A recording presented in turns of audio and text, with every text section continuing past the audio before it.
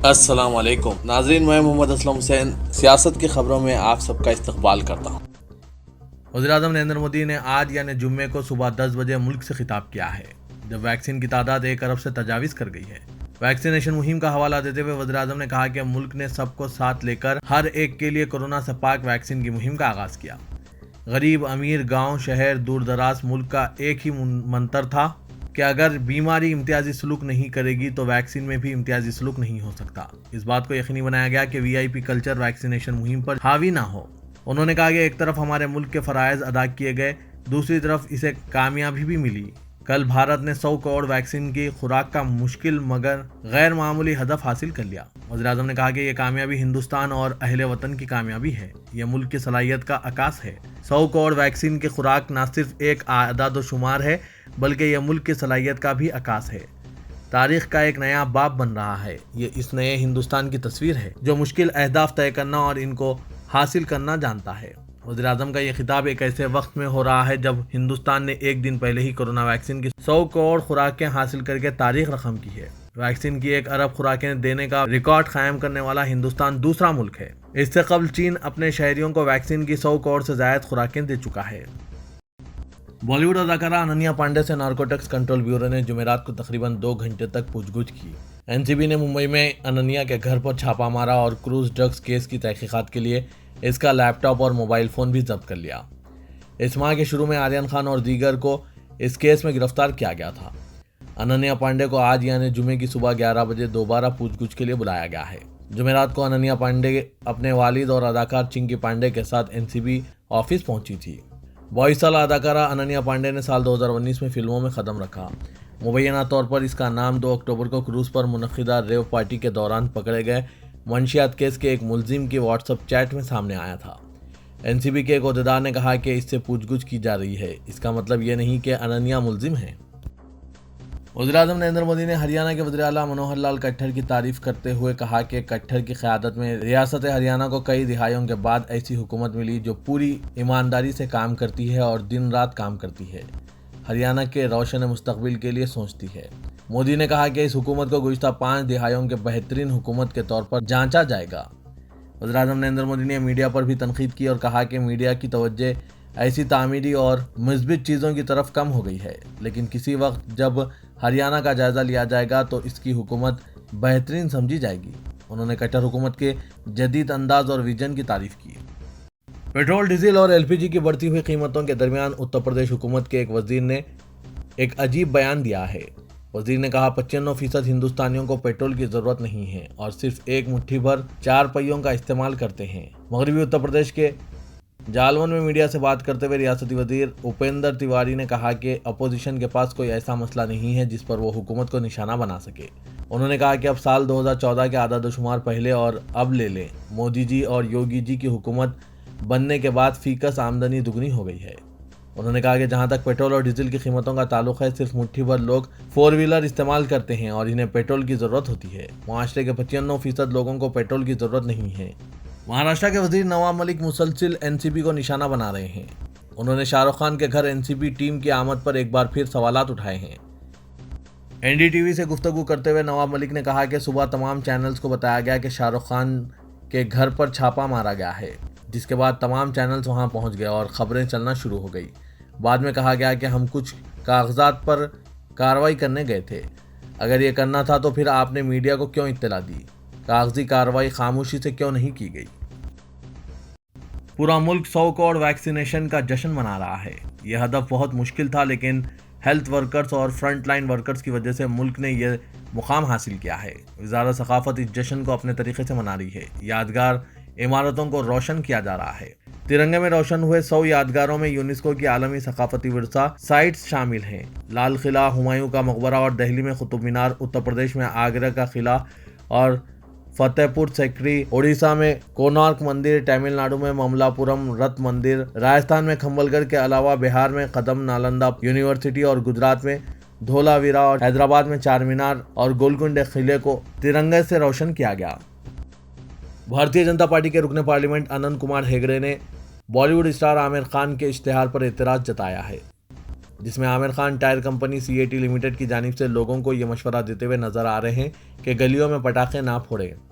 BJP leader نے company سے یہ بھی کہا کہ نماز کے نام پر سڑک جام کرنے اور اذان کے وقت مساجد سے ہونے والے شور کے مسائل کو بھی اپنے ایڈ کے ذریعے اٹھایا جائے۔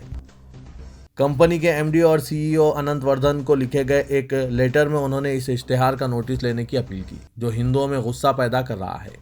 ہیگڈے نے امید ظاہر کی کہ کمپنی مستقبل میں ہندوؤں کے جذبات کا احترام کرے گی۔ مرکزی وزیر داخلہ امت شاہ نے اتراکھنڈ کے بارش سے تباہ علاقوں کا فضائی سروے کیا اور نقصانات کا جائزہ لیا۔ ریاستی حکومت نے 7,000 کروڑ کے نقصانات کا تخمینہ لگایا ہے۔ کوماؤں علاقے میں فضائی سروے کے بعد صحافیوں سے بات چیت کرتے ہوئے امت شاہ نے کہا کہ مرکزی اور ریاستی ایجنسیوں کی چوکسی کی وجہ سے نقصان کم کرنے میں مدد ملی ہے۔ بری طرح متاثرہ علاقہ کوماؤں میں بچاؤ اور راحت سرگرمیاں جاری ہے۔ اس سے پہلے چیف منسٹر پشکر سنگھ دھامی نے کہا کہ ریاست میں 3 دنوں کی بارش سے 7,000 کروڑ روپے کا نقصان ہوا ہے۔ غیر قانونی تبدیلی مذہب کے مبینہ ریکٹ کے سلسلے میں اتر پردیش پولیس کی ATS نے گجرات سے تعلق رکھنے والے ایک تاجر کے خلاف تحقیقات کر رہی ہے۔ اتر پردیش پولیس کے مطابق تبدیلی مذہب کا یہ ریکٹ اسلامی دعوی سینٹر کے سربراہ عمر گوتم چلا رہے تھے۔ ATS کے بموجب گجرات کے علاقے بھڑوچ کے رہنے والے عبداللہ فدا اللہ کا تعلق الفلاح ٹرسٹ سے ہے۔ یہ ٹرسٹ تبدیلی مذہب کے ریکٹ چلانے کے لیے سرمایہ کا اصل ذریعہ رہا ہے۔ اتر پردیش پولیس کے انسپکٹر جنرل پولیس برائے ATS گوسوامی نے کہا کہ ہم نے الفلاح ٹرسٹ کی جانب سے حوالہ و دیگر ذرائع سے 57 کروڑ روپے کی مالیاتی لین دین کی تحقیقات کی ہے۔ یہ تمام رقمی لین دین برطانیہ سے تعلق رکھنے والے افراد اور ایک ٹرسٹ سے منسلک ہے۔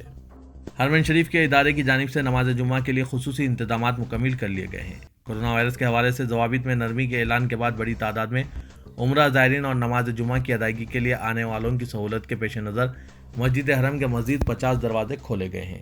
سعودی خبر رساں ایجنسی SPA نے ادارے امور حرمین کے شعبے برائے خدمات، فیلڈ آپریشن و ماحولیاتی تحفظ کے انڈر سیکرٹری محمد الجابری کے حوالے سے مزید کہا کہ مسجد حرم میں سماجی فاصلے کی پابندی کے خاتمے اور مکمل افرادی گنجائش کو بحال کیے جانے کے بعد آنے والے زائرین اور نمازیوں کو بہتر سہولتیں فراہم کرنے کے لیے تمام تر انتظامات مکمل کر لیے گئے ہیں، جن کا مقصد SOPs پر عمل کرتے ہوئے مسجد حرم میں آنے والوں کو بہترین و تسلی بخش صحت مند ماحول فراہم کرنا ہے تاکہ زائرین مکمل یکسوئی سے عبادت کر سکیں۔ کورونا وبا کے حوالے سے عائد سماجی فاصلہ اور تعداد کی پابندی کے خاتمے کے بعد آج پہلا جمعہ ہے، جس کے لیے نماز کے لیے بہترین انتظامات کیے گئے ہیں۔ ابوظہبی کے ولی عہد شیخ محمد بن زاید ال نہیان نے شام کے صدر بشار الاسد کے ساتھ فون پر بات چیت کرتے ہوئے شام اور مشرق وسطی کی پیش رفت پر تبادلہ خیال کیا۔ امارت نیوز ایجنسی کی رپورٹ کے مطابق دونوں رہنماؤں کے درمیان بات چیت میں حل طلب مسائل اور مشترکہ مفادات پر بات چیت کی گئی۔ دونوں فریقوں نے دو طرفہ تعلقات اور مختلف شعبوں میں مشترکہ تعاون بڑھانے کے طریقوں پر بھی تبادلہ خیال کیا گیا۔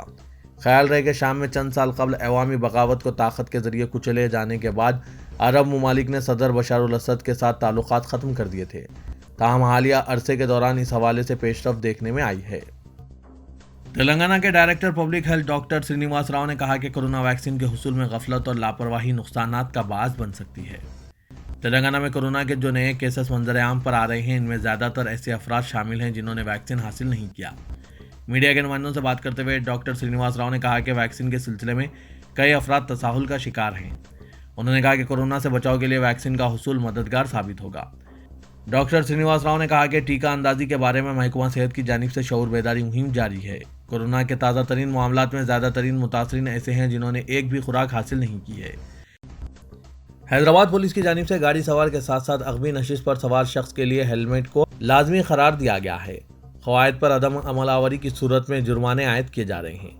اسی طرح ماسک کے استعمال کو بھی یقینی بنانے کے لیے پولیس کی جانب سے 1,000 روپے جرمانہ عائد کیا جا رہا ہے۔ شہر کی سڑکوں پر ہونے والے حادثات میں اموات اور زخمیوں کی تعداد کو کم کرنے کے مقصد سے حیدرآباد ٹریفک پولیس کی جانب سے 2 ویلر گاڑی چلانے والوں کے لیے ہیلمٹ کے قانون کے نفاذ پر سختی سے عمل کیا جا رہا ہے۔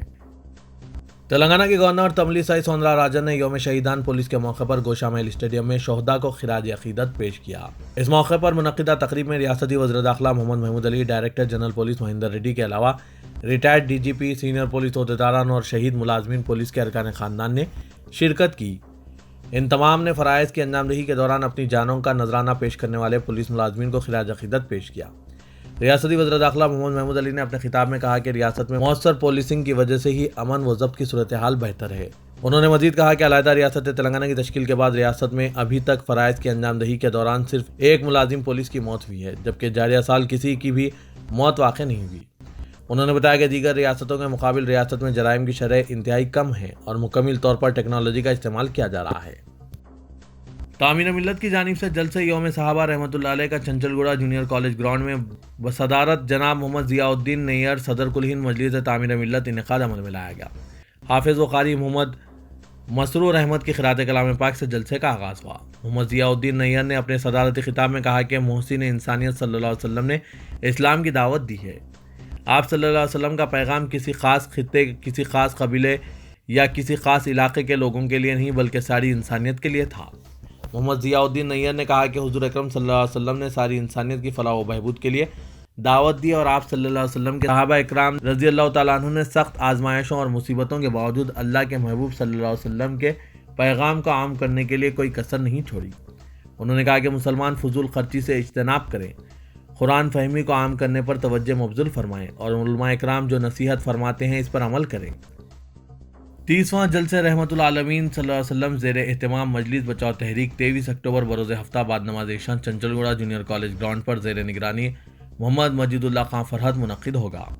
جلسے کا آغاز حافظ و قاری الرحمان کی قراءت کلام پاک سے ہوگا۔ استقبالیہ کمیٹی میں صدر استقبالیہ کے طور پر مولانا سید شاہ زین العابدین حسینی قادری المعروف رضوان بادشاہ، نائب صدر استقبالیہ سید مصطفیٰ محمد، معتمد استقبالیہ محمد امجد اللہ خان خالد کے علاوہ نائب استقبالیہ میں اجمل الدین فاروقی، راشد ہاشمی، سکندر مرزا اور ماجد خان ہوں گے۔ رکن اسمبلی چننا انگوٹا و قائد مجلس مقننہ پارٹی اکبر الدین اویسی نے فاطمہ اویسی KG تا PG مرکز بنڈلا گڑے کی عمارت کے احاطے میں منعقدہ ایک تقریب میں 90 اسکولز و دینی مدرسوں کے 500 اساتذہ میں فی کس 2000 روپے نقد رقم اور راشن کے کٹس تقسیم کیے۔ قائد مجلس اکبر الدین اویسی نے حلقہ اسمبلی چننا انگوٹے کے ڈگری اور جونیئر کالجز 5 طلبہ جن کی ماں یا والد کووڈ کی وجہ سے فوت ہوئے ہیں ان میں بھی 22,000 روپے کی رقم تقسیم کی۔ اس موقع پر اکبر الدین اویسی نے کہا کہ والدین ایک بچے کو زندگی دیتے ہیں مگر اساتذہ بچے کو زندگی جینے کا سلیقہ سکھاتے ہیں۔ تعلیم کے ساتھ طلبہ میں اخلاق و عمل کی خوبیاں پیدا نہ ہوں تو علم کا درخت بے ثمر اور بے فیض ہے۔ قابلیت اہم چیز ہے لیکن صرف قابلیت کافی نہیں، شرافت اور حسن اخلاق کا ہونا بھی ضروری ہے۔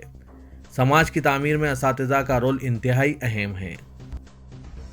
دواخانہ عثمانیہ سے کمپیوٹرز اور AC کی چوری کر لی گئی ہے۔ دواخانے کے آرتھوپیڈک ڈپارٹمنٹ کے سیمینار ہال میں گھس کر چوروں نے 2 کمپیوٹرز، ایک پرنٹر، ایک پروجیکٹر اور دیگر آلات کی چوری کی ہے۔ پولیس کے مطابق شبہ کیا جا رہا ہے کہ یہ واردات گزشتہ صبح کی اولین ساعتوں میں پیش آئی۔ ملزمین اس مقام سے اندر داخل ہوئے جہاں کے دروازے کو نقصان پہنچا ہے۔ ان چوروں نے صدر شعبے کے دفتر سے AC کی بھی چوری کر لی۔ دواخانے کے سپرنٹینڈنٹ ڈاکٹر ناگیندر کی شکایت کی بنیاد پر افضل گنج پولیس نے ایک مقدمہ درج کر کے تحقیقات کا آغاز کیا ہے۔ شعبے کا دفتر دواخانے کے قدیم بلاک کی پہلی منزل پر واقع ہے۔ پولیس نے کہا کہ اس کے اطراف کوئی بھی سیکیورٹی گارڈ یا سرویلنس کیمرے نہیں ہیں۔ ساؤتھ زون پولیس کی جانب سے فلکنو پولیس اسٹیشن کے حدود میں آج رات محاصرہ کر کے تلاشی مہم چلائی گئی۔ نواب صاحب کنٹا اور تیگل کنٹا علاقے میں اس خصوصی مہم میں 150 ملازمین پولیس نے حصہ لیا اور 200 مکانات کی تلاشی لی گئی۔ پولیس نے 10 راؤڈی شیٹرز کی کاؤنسلنگ کی اور 33 ٹو ویلرز کے علاوہ ایک آٹو کو ضبط کر لیا جن کے مناسب دستاویزات نہیں تھے۔